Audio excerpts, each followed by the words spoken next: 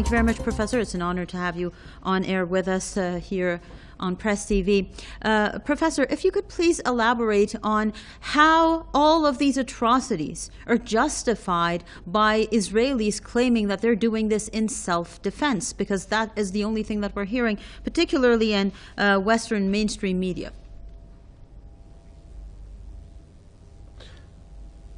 Well, mainstream Western media is also saying that the Israeli regime is carrying out airstrikes on Hezbollah sites or on Hezbollah strongholds.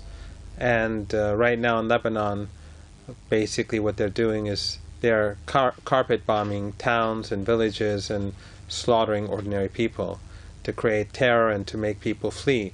And Western journalists in Lebanon know this. There are lots of Western journalists here. They know the truth.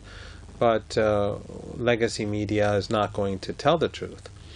It is extraordinary how dishonest they are. When it comes to Iran, it's not it's a bit more understandable, although they are still being dishonest. But they don't have a strong presence in Iran, so they can claim that since they don't have a great deal of access, they don't have accurate information. But here in Lebanon, they know exactly what's going on. It's a small country, and people have relatives. There are people who work for them. They have relatives across the city in Beirut and across the country. So everyone knows what's happening. But the Western media is going to justify the Israeli regime no matter what it does. And that I wanted to sort of link to your question. This is not about self-defense, and the West knows it, Western media knows it, Western diplomats know it. This is all about the genocide in Gaza. Hezbollah entered the fight to put pressure on the regime to end the genocide. It was a heroic effort on behalf of the resistance, on behalf of Hezbollah. They drew away a large segment of the Israeli armed forces from Gaza. Imagine if Hezbollah hadn't done that, what would have happened to Gaza? So over the last 11 or so months, Hezbollah has been forcing the regime to keep a lot of its forces and capabilities in the north. They've also forced a large segment of the population to leave the colonized areas near the border with Lebanon, thus putting pressure on the Israeli economy. Even though Hezbollah targets military centers, unlike the Israelis, another really extraordinary difference between the resistance and the Israelis, something that the Western media will not tell you about. That while the Israelis carpet bomb towns and villages and target families, Hezbollah does not do that, though they have that capability. But in any case, the Israelis are now trying to defeat Hezbollah or to intimidate Hezbollah. But they can't. They'll fail. They've slaughtered large numbers of people. And this is a small country. It doesn't have a huge population. So it hurts. But people are resilient. Their morale is high from what I've seen. And the Israelis will lose. I have no doubt about that. They will continue to carry out atrocities. And Western journalists will continue to act as foot soldiers for this genocidal army. But they will lose. There's not a chance in the world for the Israeli regime to win in Lebanon. Okay, now exactly in line with what you just explained right now, Professor, what we see happening in Lebanon, just as you mentioned, with this huge number of people that have become victims of Israeli attacks, and these are women and children, these are ordinary civilians, we've seen a new anti-Israeli front, if you will, being created in Lebanon. We have seen different political factions in Lebanon that used to consider each other rivals, that used to get into disagreements, now forming a united front. How do you think that can tip the scales against the Israelis? That has already happened over the last 11 months or so. People have seen the sacrifices that Hezbollah has made. And Hezbollah has tried to keep the people of Lebanon out of the war.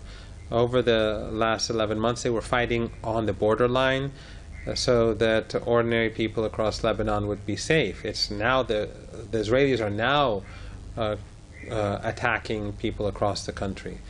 And mostly resistance supporters, families of resistance supporters, or communities that are supporters of the resistance, which is outrageous. They're targeting women and children, ordinary people, their shops, repair shops. It's stunning. I just went by 2 places in Beirut which were attacked, and in one of them over 50 people were slaughtered. And Western media calls it, a precision strike or a targeted strike, but it's really terrorism. But what we have seen is that Lebanon, which was divided in the past because of Syria in particular, they've come together and they're supporting the resistance. And I think now most of those people who criticize Hezbollah's position on Syria recognize that the resistance was right. The same people who carried out the dirty war in Syria are the people who are supporting the Israeli regime, or they're the people who are doing nothing, like Turkey and some oil-rich dictatorships in the Persian Gulf, or Jordan. They were very active alongside NATO and the Israelis in Syria to overthrow the government, but now they do nothing for the resistance. In fact, Turkey is allowing oil from Azerbaijan, the Republic of Azerbaijan, cheap oil, to go to Israel for the Israeli killing machine. So people have woken up to the fact that what happened in Syria was a dirty war to undermine the resistance, because Syria is a bridge which helps support the resistance in the West Bank and helps support the resistance in Lebanon, which includes Hamas and Islamic Jihad, which are very active here. So the things have changed a lot. People are seeing that Hezbollah was right back then. They saw that over the last year, Hezbollah tried to keep everyone protected, and they were making sacrifices, more sacrifices by fighting on the border, making their soldiers and their troops more vulnerable, so that others would be less threatened. People have seen this, and therefore the popularity of Hezbollah and the resistance has really shot through the roof. But this is not just true about Lebanon. Across the region, Hezbollah today is, like Ansarullah, extraordinarily popular, and those who've been claiming to support the Palestinian people but have done nothing, they've been exposed. You're absolutely right, Professor. Now, since we've been mentioning the name Hezbollah so often, and you elaborating on the role that Hezbollah is playing, let's clarify that for our viewers now. When we talk about Hezbollah, it is not a separate entity. Hezbollah is part of the political spectrum. These are the people of Lebanon. They're not separate, a separate entity. If you could please explain more about that. And of course, Israeli media, Western mainstream media also try to portray these attacks on Hezbollah commanders as something that has weakened Hezbollah. Throughout the decades, Professor, we have seen that every time there has been a martyr in Hezbollah, it has become stronger, not weaker. Well, I can give one example from Iran. When Saddam Hussein invaded Iran, Iran was completely unprepared.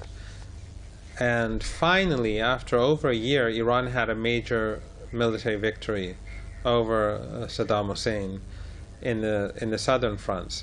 After that attack, after that operation, the commanders of the Iranian armed forces, both the Revolutionary Guards and the regular army, the Air Force commander, they were on a plane that crashed.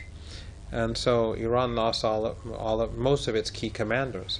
But actually, almost immediately after that, Iran had larger victories, and which ultimately led to the liberation of the city of Khorramshahr, which was a high point for Iran in the war against Saddam Hussein, in the resistance against Saddam Hussein.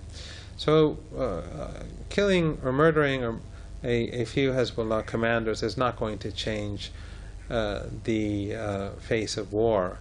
Hezbollah's armed forces are underground. They have many thousands of kilometers of tunnels. They have major bases, underground missile bases, and bases where troops stay. They have hospitals underground. They have drone bases. And they are not accessible to the Israeli regime. And they're across the south and the other parts of Lebanon. And they have not been used yet because an invasion has not started. But of course, if the Israeli regime escalates further, then you'll see Hezbollah use more of its capabilities. However, what I do want to stress is that Hezbollah is, or the resistance is the protectorate of Lebanon against the Israeli regime. But what the Israelis are doing is that they're just murdering ordinary people. And they're doing it in cities and towns and villages, and they're calling them Hezbollah sites, but they're just homes. They're houses, they're apartment blocks, except for a few exceptions. But as I said earlier, the Western media calls these Hezbollah sites because they're simply repeating what the Israelis say, because these Western journalists belong to corporate media and state media in the West, and they're very much under the influence of the Zionist lobby. So these journalists are lying, basically. They're acting as foot soldiers for this genocide, whether in Lebanon or elsewhere, just like what we saw in Gaza. And it is interesting. They strike Beirut and murder ordinary people and try to kill a few Hezbollah members. But if Hezbollah did that in an Israeli city, then these Western journalists would not call them pinpointed attacks or targeted attacks against the Israelis. It is amazing, the double standards that we're seeing today, but in fact, I don't think it is amazing. It's expected.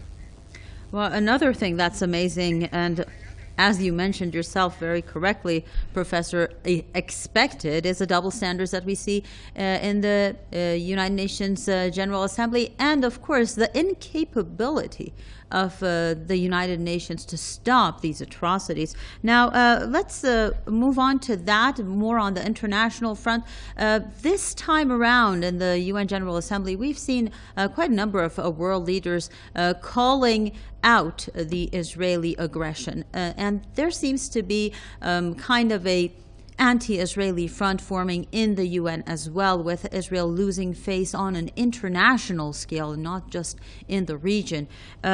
So what do you think this will lead to? We do know that at this point in time, at this point in history, we cannot expect much to come out of the United Nations in terms of practical measures to stop Israel.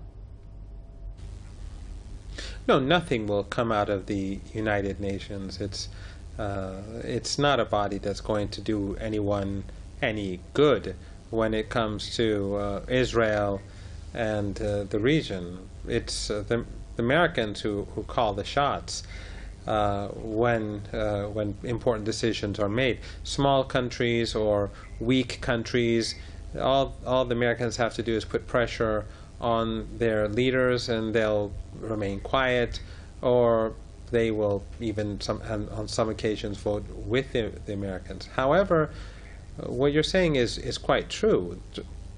Public opinion across the world has turned against Israel. It's clear as day. People from across the world who I'm in contact with, academics, journalists, they're all saying the same thing, whether in China or Russia or even India and elsewhere across the global south, and even in the West. The mood has changed against the Israeli regime. It's seen as increasingly illegitimate, and I think this is key.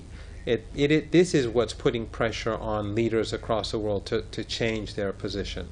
Of course, it's often just words, and almost all of the leaders at the UN General Assembly are talking against Israel, but none of them are doing really anything important. But I do think that Israel is being defeated through what the Chinese would call death by 1,000 cuts. This war has, as I pointed out, destroyed the reputation of the regime. The economy is floundering. The military has failed. Its intelligence has failed.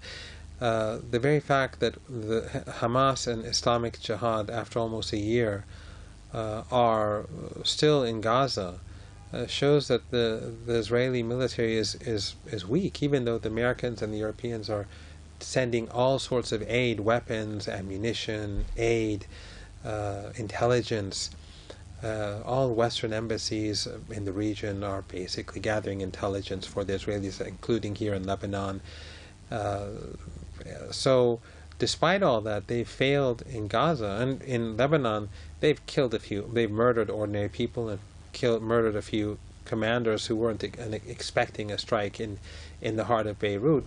But the armed forces of Hezbollah are ready and prepared, and if there is a major confrontation, the Israeli regime will lose. So Israel, the longer this war continues, it is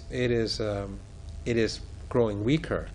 It's hated. Its economy is wrecked. In future, no one is ever going to invest in Israel again, and people will leave, especially the elites, those who had good jobs. They'll be seeking jobs elsewhere, and other people will just leave, and the extremists will stay, so it will become increasingly extreme. But Israel will not win in Lebanon, they will not win in Gaza, they'll not win in the West Bank, they'll not win in the Red Sea, and Iran's response will come.